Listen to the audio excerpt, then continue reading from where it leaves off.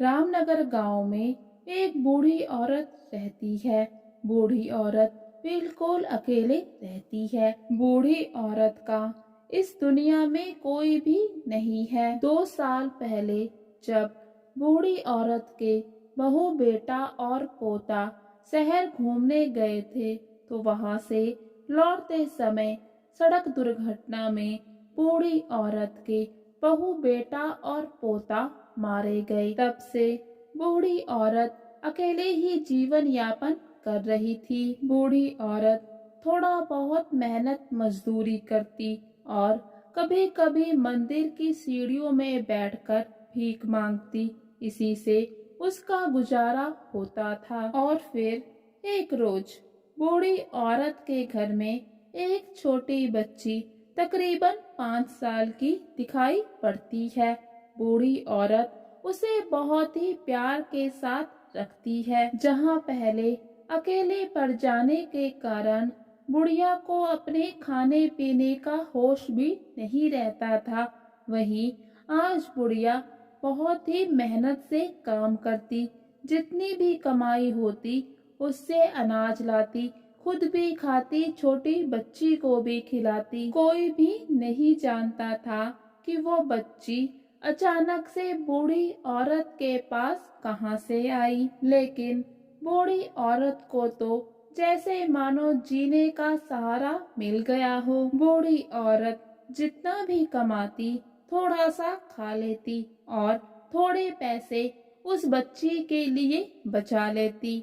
बूढ़ी औरत बच्चे के लिए पैसे तो जमा करती, लेकिन फिर उसके मन में एक दिन ये ख्याल आता है कि मैं इतना सारा धन घर पर लेकर रखी हूँ, कहीं ऐसा ना हो कभी कोई चोर आए और मेरा सारा धन चुरा कर ले जाए, तो फिर मेरा क्या होगा। और फिर अब तो मेरे पास ये छोटी सी जान भी है। बूढ़ी औरत अब बहुत ही शंका में पड़ जाती है।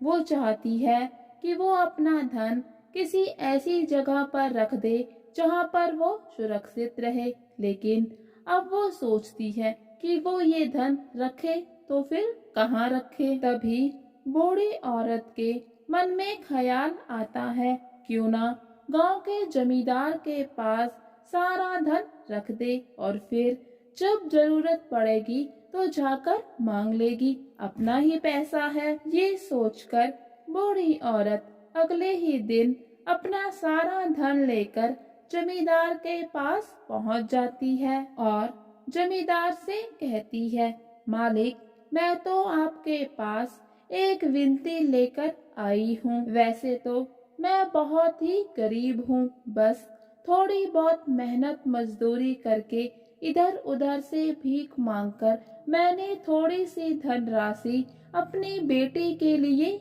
जोड़ी है, लेकिन अब मेरे मन में ये डर लगा रहता है कि कहीं कोई चोर आकर चोरी ना कर ले, तो फिर मैं इस बुढ़ापे में अपनी बेटी के साथ कहाँ जाऊंगी। तो मेरी आपसे विनती है कि मेरे धन को आप अपने पास सुरक्षित रख लीजिए।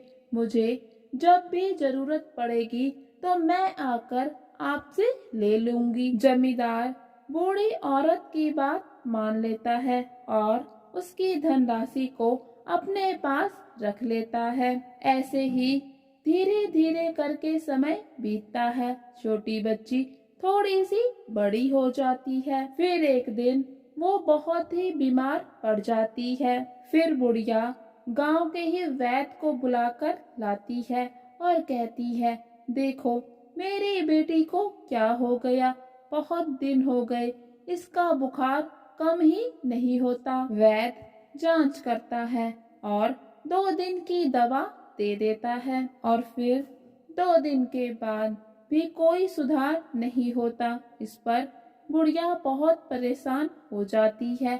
फिर से वैद्य के पास जाती है, उसे बुलाकर लाती है। वैद्य आता है, फिर से जांच करता है तो बुढ़िया को कहता है, देखो अम्मा, मुझे लगता है तुम्हारी बेटी की तबीयत कुछ ज्यादा ही खराब है, इसलिए तुम पास के गांव के एक बड़े वैद्य को दिखा लो, नहीं तो इसकी तबीयत और ज्यादा खराब हो जाएगी। अम्मा कहती है, लेकिन इसमें तो बहुत खर्चा आएगा।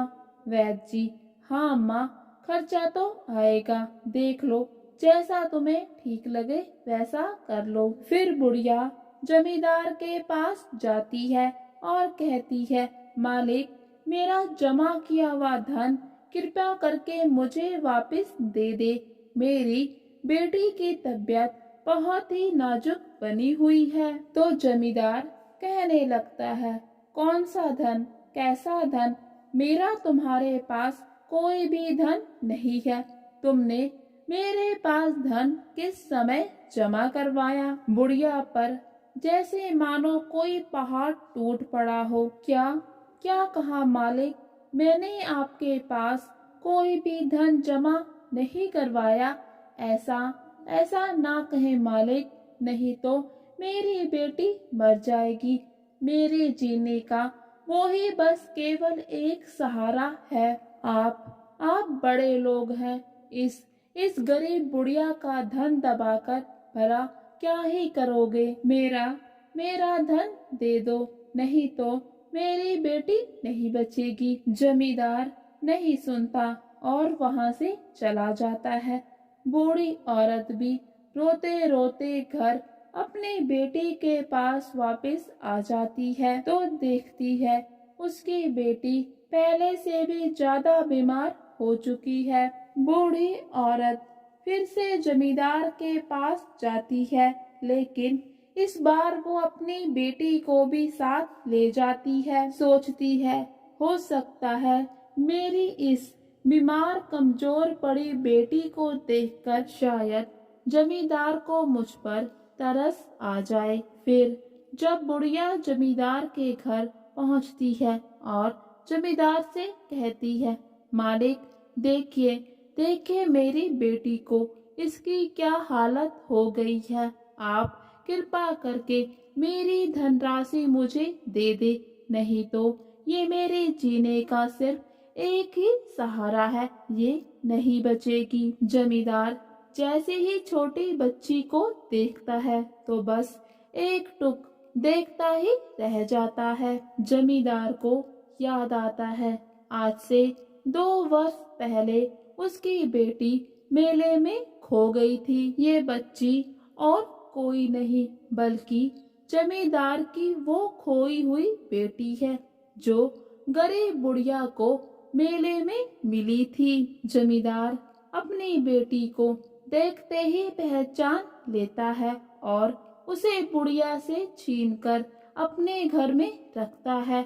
उसका बहुत अच्छे से इलाज करवाता है। बुढ़िया जमींदार से कहती है, अच्छा मालिक, आपकी बेटी है तो बड़े बड़े वैद्य बुलाकर उसका इलाज करवाएंगे, और अगर मुझ जैसी गरीब की बेटी है तो उसे मरने दो। क्या आपका दीन ईमान धर्म यही कहता है? इतना कहकर बुढ़िया अपनी कुटिया में वापस आ जाती है और फिर 2-3 दिन के बाद छोटी बच्ची को होश आ जाता है। अपने होश में आते ही खुद को एक नई अनजान जगह में देखकर वो घबरा जाती है और माँ माँ कहकर रोने लगती है। जमींदार उसे बहुत समझाता है कि ये उसी का घर है, लेकिन वो नहीं समझती और अपनी माँ के पास जाने की जिद करने लगती है। जमींदार भी उसकी जिद के आगे मजबूर हो जाता है और उसको बुढ़िया की कुटिया में लेकर आ जाता है और कहता है, लो अपनी बेटी और तुम्हारी धनराशि। फिर हाथ जोड़कर बुढ़िया से माफी मांगता है और कहता है, शायद मेरे इसी क्रूर स्वभाव के कारण भगवान ने मुझे मेरी बेटी से अलग कर दिया और उसे तुम्हें दे दिया ताकि वो मुझ जैसी क्रूर ना बने। जमींदार की बात सुनकर बूढ़ी औरत पहले तो उसकी दी हुई धनराशि लौटा देती है। कहती है, ये धनराशि तो मैंने तुम्हारी ही बेटी के लिए जमा की थी। अगर अब वो ही मेरे पास नहीं है तो मैं इस धनराशि का क्या करूँगी? इसे तुम ही रख लो। फिर जमींदार बुढ़िया से हाथ जोड़कर माफी मांगता है और कहता है, तुम दोनों मेरे साथ मेरे घर चलो, हम सब वहीं पर मिलजुल कर रहेंगे। जमींदार के पछतावे को देखते हुए बूढ़ी औरत उसे माफ कर देती है और फिर तीनों एक साथ मिलजुल कर रहना शुरू कर देते हैं।